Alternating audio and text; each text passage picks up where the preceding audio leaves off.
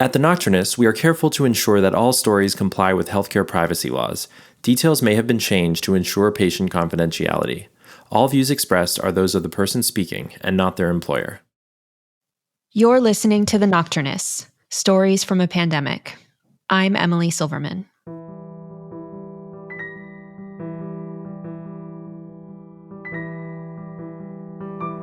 Heroes.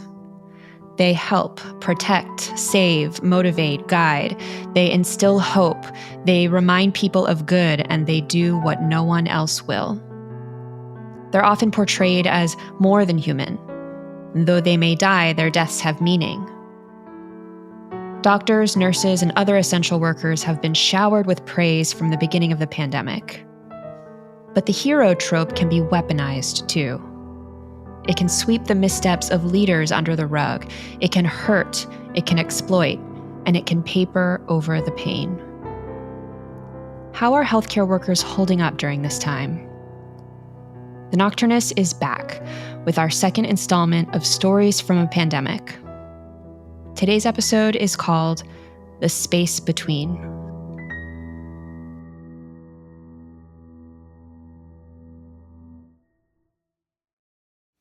I'm better, I guess, is probably the first thing I'd say.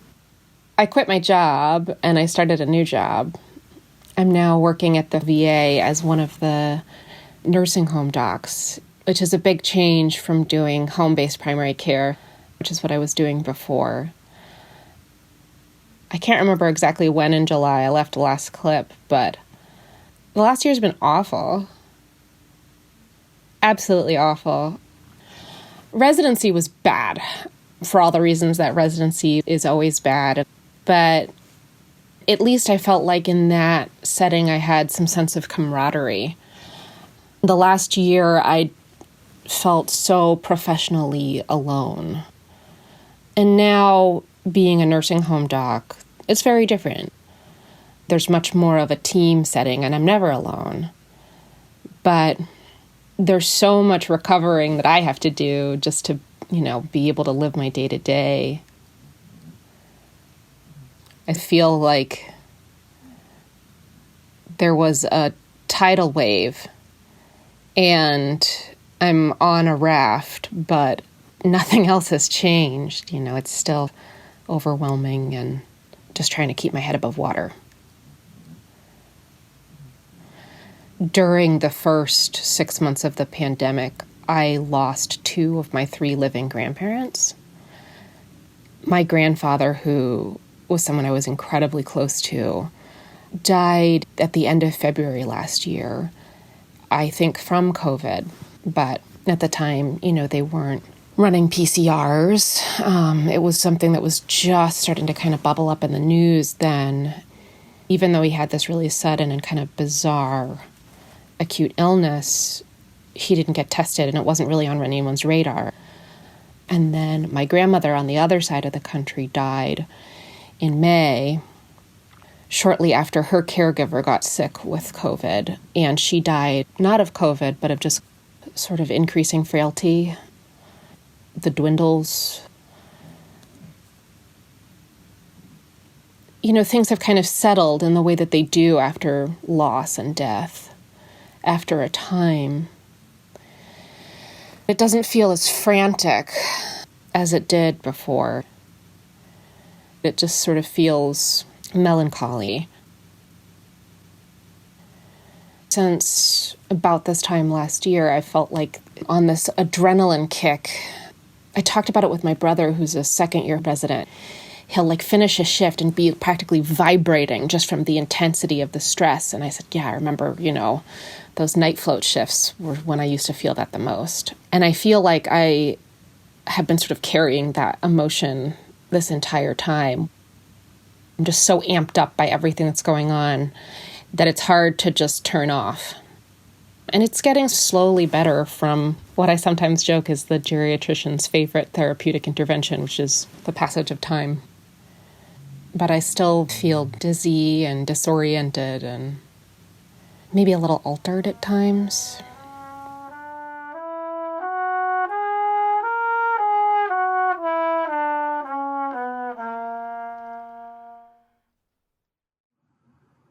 How am I doing? I guess the simple answer to that would be it's complicated. I, like many people, have never been through a pandemic. And I also have never had such a prolonged period of disruption. I was actually speaking with one of my friends the other day about how, and I don't know if it's a uniquely American thing or if it's a people everywhere thing, but how we're moving through the pandemic is probably one of the more disturbing things to me from a human standpoint. Thousands of people are literally dying every day, and we're all just sort of moving on about our lives like nothing is happening. Maybe it's because the stimulus has been on so long and so chronic. It doesn't hurt as much. It's not as shocking to a lot of people. But I find that for me, it is. And it can sometimes feel like you're isolated in being shocked or upset by something because we're not acknowledging it out loud. Not everybody's saying how scared they are. So you feel like maybe you're the only one who's afraid and everyone else is just like writing their grants and papers like normal.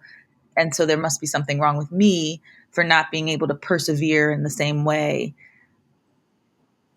I remember back in spring of last year, our hospital sent out a email for us to nominate someone to be recognized for showing the most grace during this period of redeployment and COVID death. I felt pretty angry. You know, it was one of those feelings of anger, like where I could feel the heat sort of rising in my body and sort of taking over my face. I remember sitting with that email open for a little bit of time and just thinking how what I needed wasn't an award or even a pat on the back or an accolade. I needed someone to acknowledge the hurt that I was feeling. Even on the news, it was always, these are our heroes, or people singing songs and clapping for them, or, this company delivered food to the workers at the hospital who are redeployed or putting in overtime and that sort of thing.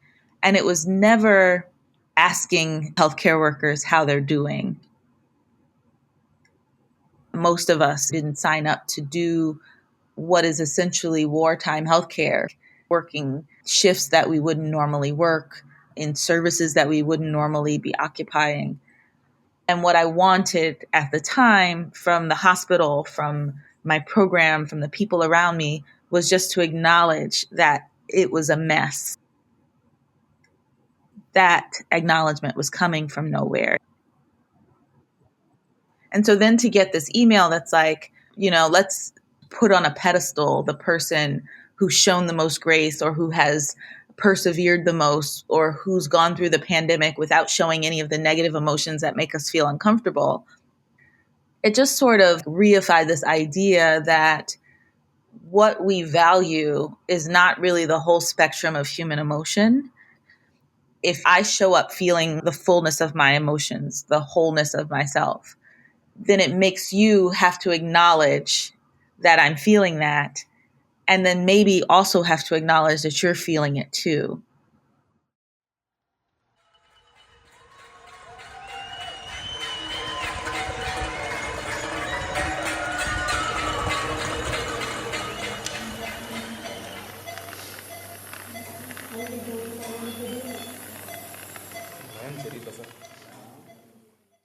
It was a very dark time.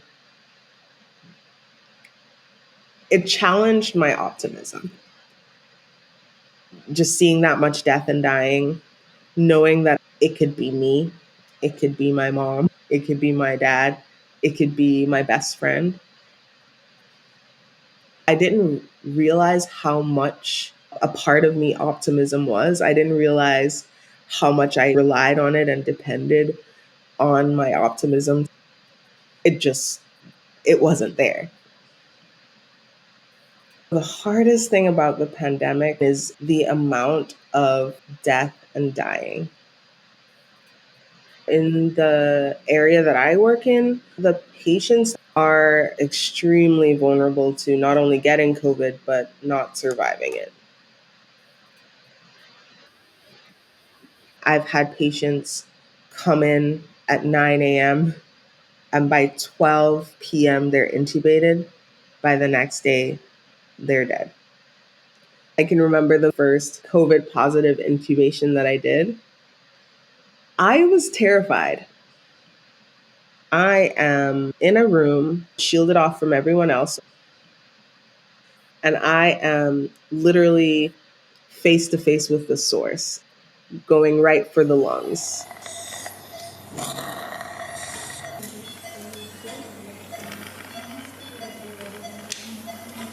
And there's a possibility that all these things that I have on may not protect me from this virus. I see a lot of intubated patients as an anesthesiologist, and I always wonder what it's like to have a tube in your lungs and be awake and be aware that it's there and have that struggle to breathe.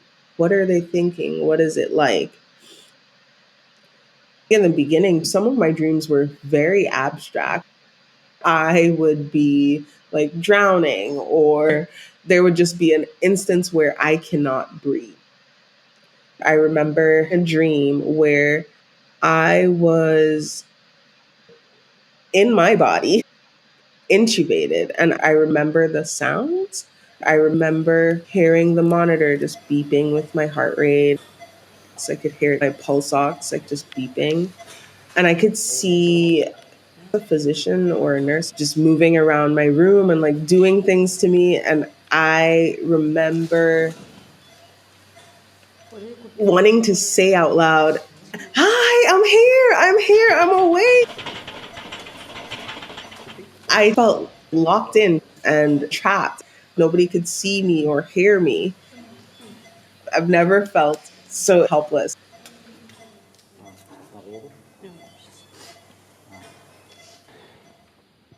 When the pandemic hit, I was spending a lot of time in the COVID ICU, and my brain was really kind of nonstop COVID. That translated directly into my dreams.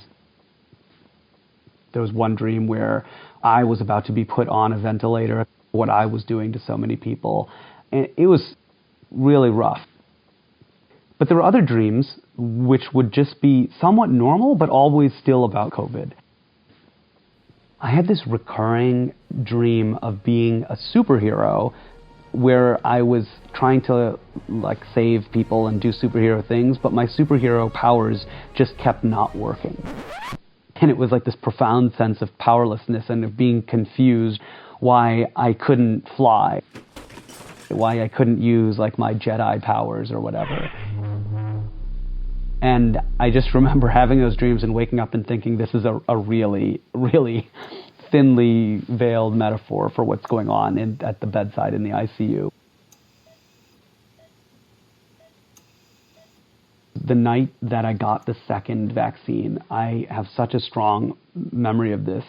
I had just finished this sci-fi book called Red Rising. In it was just this like really sort of emotional, action-packed climax where there was a lot of like righteous anger, I think is what I remember. And I had these terrible fever dreams that night when I got the second vaccine. I started to have chills, and I should have taken more Tylenol than I did. And I remember being curled up under all these blankets and shivering and sweating and going in and out of these fever dreams about being in this sci-fi novel and just being filled with rage. I remember I would wake up and be like, why do I, feeling a hangover of emotion? And it really felt like emotion that wasn't mine. I was trying to escape the fevers and the chills and sleep. And instead I was in this like intense world of just really powerful emotion that felt like it was being put on me.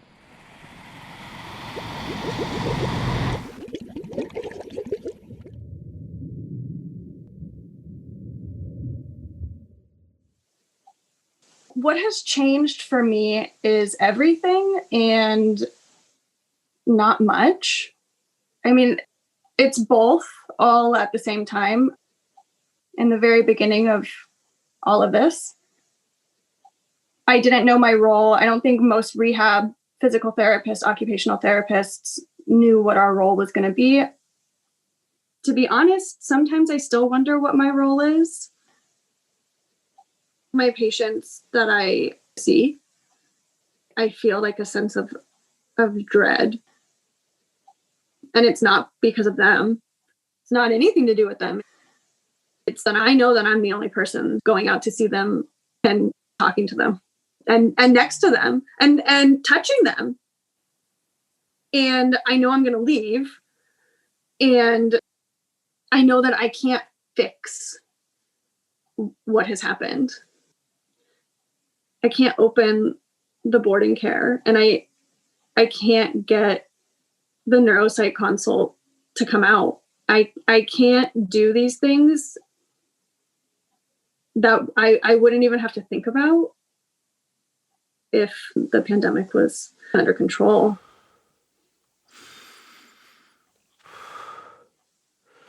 And hold for 1, 2, 3, 4, 5, and then relax then.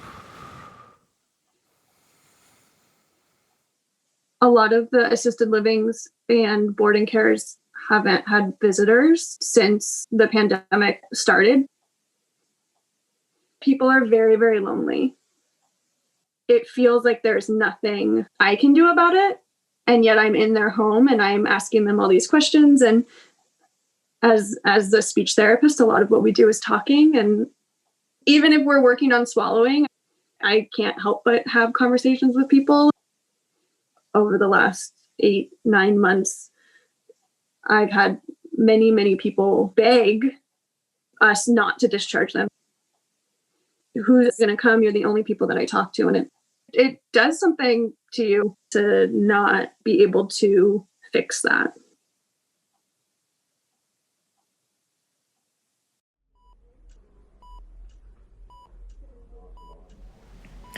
As an ICU, we became full at the very beginning. And because of the course of how COVID has run, patients are staying for 2 weeks to 2 months and not leaving. So the only turnover within our ICU are when someone dies. So that means that you're taking care of a patient for weeks, if not months. You know them before they're intubated and when they're talking. And then you're their major caregiver, and you're the person that's with them every day when they're sedated and unable to speak for themselves, and you get to know them through their families. We've all been living in a state of you turn the corner and you don't know who's going to die. I'm so tired. So today was my first day off work. I was in bed until 1 o'clock because I can't physically get out of bed. I love going to work. I love being a nurse. I love helping people. I love learning how to be the best that I can be for my patients. And I've never had the experience of coming to work and just dreading, because you know there's going to be a code. You know someone's going to die. You know that you're going to have to do post-mortem care. I don't sleep before I go to work. I probably sleep for 4 hours before my first shift. I stay up till 1, and then I have to be at work at 6:30. I don't eat or drink because you're wearing your N95 and all of your gear all day. So I don't even fill up my water bottle until probably about 1 o'clock, because there's one emergency after the next, after the next, after the next. And so you never know what you're going to show up to, but you know it's going to be a disaster. I always try to fix things. This is something that hasn't been able to be fixed.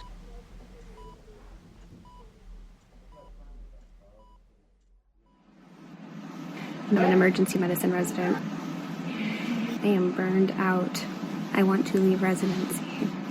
I want to tell them that every day. I draft an email telling them I'm about to leave, and then I don't send an email because, of course, I can't leave. What else would I do? But, these 60-hour to 90-hour work weeks, 6 days a week, are slowly killing me.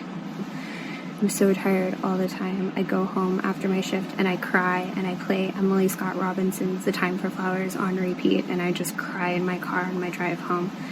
And that's no way to live. I should be studying when I go home. I should be learning things. I keep getting that feedback of study more from my senior residents, from the faculty. You need to go read studies. You need to go study more. You should be working on research. And you're right, I should be working on the research that I signed up for. And I can't. I cannot bring myself to do it. The only things I do when I go home is I watch the Great British Baking Show and make an obscene amount of bakery items that then I force my spouse to eat. I also have a travel website that I have built. And I put itineraries on there of all the places that I've been and all the places I want to go. And I spend an obscene amount of time researching different places in the world that I could be and imagining myself there.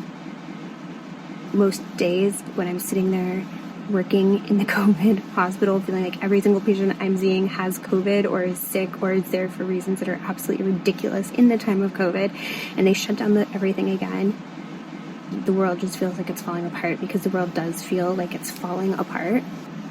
I just imagine all the places that I could be or would want to go. And if I had my dream, I would just run this travel site. I would form trips for people. I would take them to these beautiful, wonderful places. I'd feel like a human again. When all this is said and done, that's what we're going to want. We're going to want human connection. We're going to want culture. We're going to want beauty. We're going to want art. All the things that we were deprived of during the era of COVID. The only thing that kind of keeps me going is imagining these beautiful places and taking people on these trips. I don't know that that's the best way to spend my time. I should probably be learning things. I'm a little afraid I'm going to leave residency without actually knowing anything except for how to care for COVID patients. Then a really good idea of a 10-day itinerary to Italy.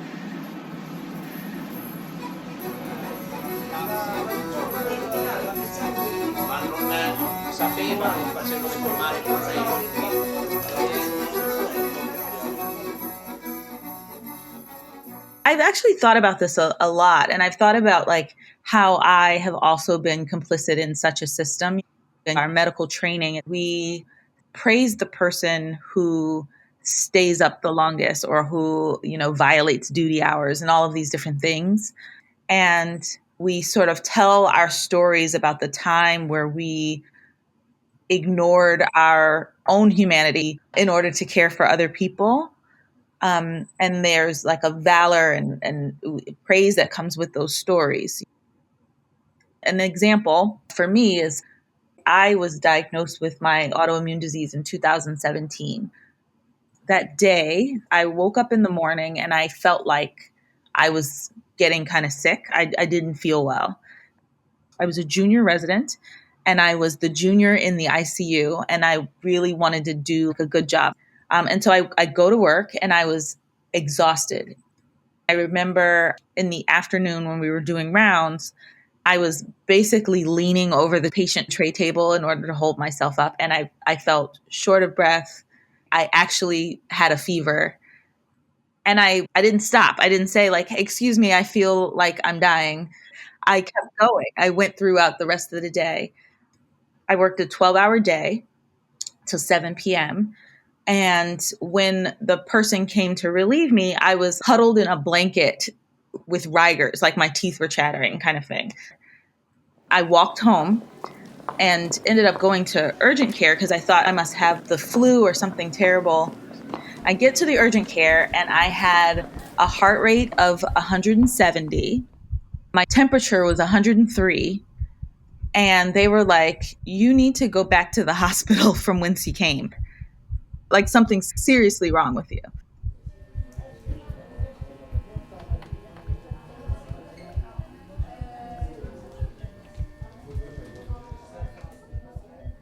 I ended up having a clot in my IVC, and I had bilateral pulmonary emboli. And the thought that I had when they told me like all of the different things that were going on was like, holy crap, I could have actually dropped dead in the hospital. I knew that there was something wrong with me. I woke up in the morning feeling like something was wrong with me, and I didn't listen to that at all. You know, you find that there are a lot of doctors who will work through a fever or who will work through the flu or RSV or a cold, and they're still coming to work kind of thing. And that's praised. It's part of the job. You work long hours. You're a better person because you're working so much. But that moment was so transformative for me because I realized how little I was valuing myself, and like how if something terrible had happened, if I had dropped dead in the middle of the ICU, for example, or like on my way home, or like not woken up because I didn't make that stop at urgent care, it would have just been so much more devastating for the people around me than having to disrupt someone's afternoon by having them come in to cover me because I was sick. And so like relating this to how we're sort of moving around COVID, the idea of like me being blissfully redeployed to an ICU setting is a lie. And you heard very little of that story, but you heard a lot of the like, I'm rising to the occasion story, or, you know, this is our calling.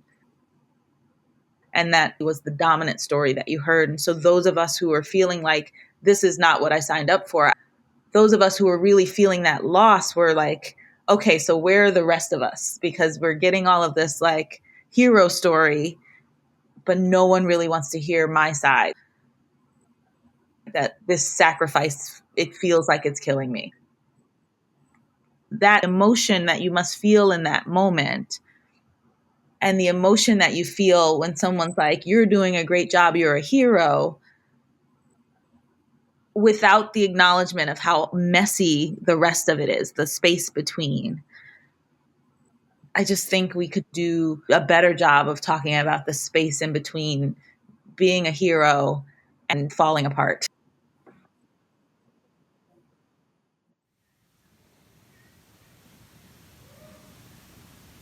There have been so many points this year where I thought that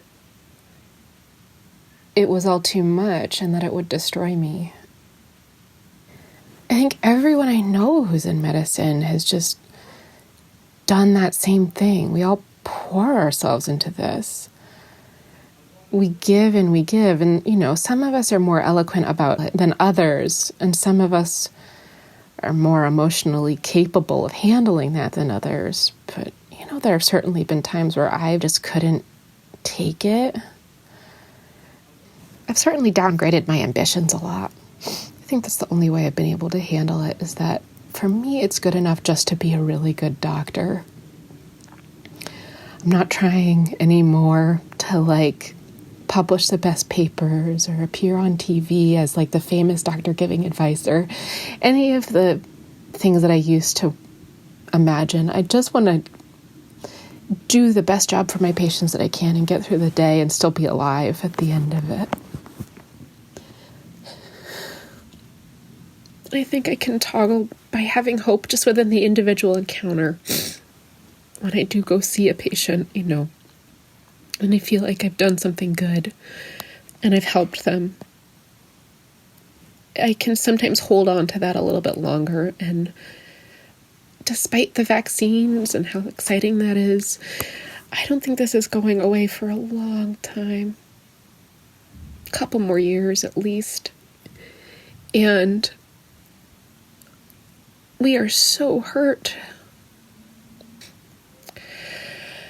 So I play a lot of video games, and I watch a lot of Star Wars. This is our most desperate hour. Help me, Obi-Wan Kenobi.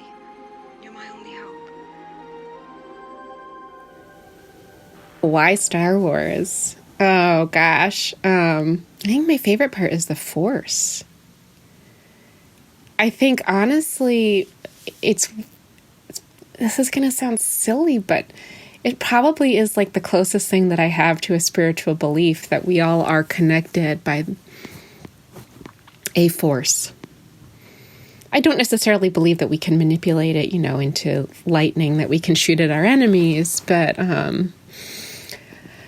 the mythology that came out of that and the different ways in which it can act is just so beautiful.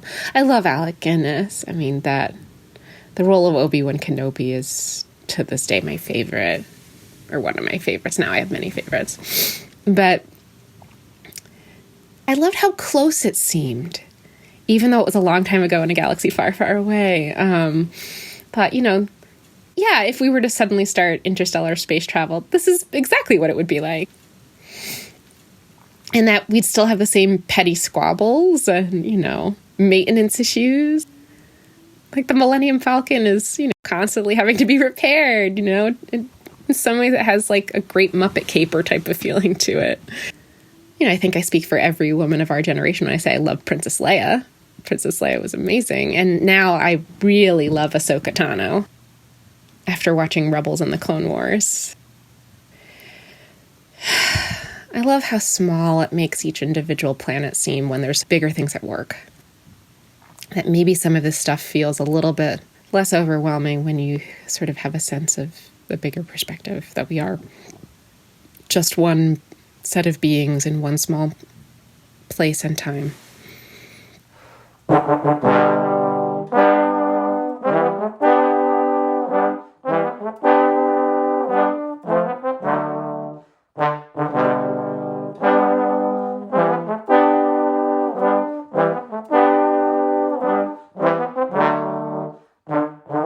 That's our show. The Nocturnists is produced by Director of Story Development Adelaide Papazolo, Associate Producers Molly Rose Williams and Isabel Ostrer, and me. Our student production assistants are Hannah Yemene, Ricky Paez, and Siu Song. Our original theme was composed by Yosef Monroe, our audio engineer is John Oliver, and our illustrations are by Nazila Jamalafard. The Star Wars theme was composed by John Williams and performed by internal medicine physician Mike McInnes on trombone. Our executive producer is Ali Block, our chief operating officer is Rebecca Groves, our admin assistant is Suparna Jasoja, and our social media intern is Yuki Schwab. The Nocturnist is made possible by the California Medical Association, a physician-led organization that works tirelessly to make sure that the doctor-patient relationship remains at the center of medicine. To learn more about the CMA, visit cmadocs.org. Support for the Nocturnists also comes from the Patrick J. McGovern Foundation, the California Healthcare Foundation, and people like you, who have contributed through our website and Patreon page. Thank you for supporting our work in storytelling. Join us next week for a special story by medical student Neil Vihil as he celebrates his own personal hero whom he lost to COVID in 2020, his dad. We'll be back next week, and until then, may the Force be with you.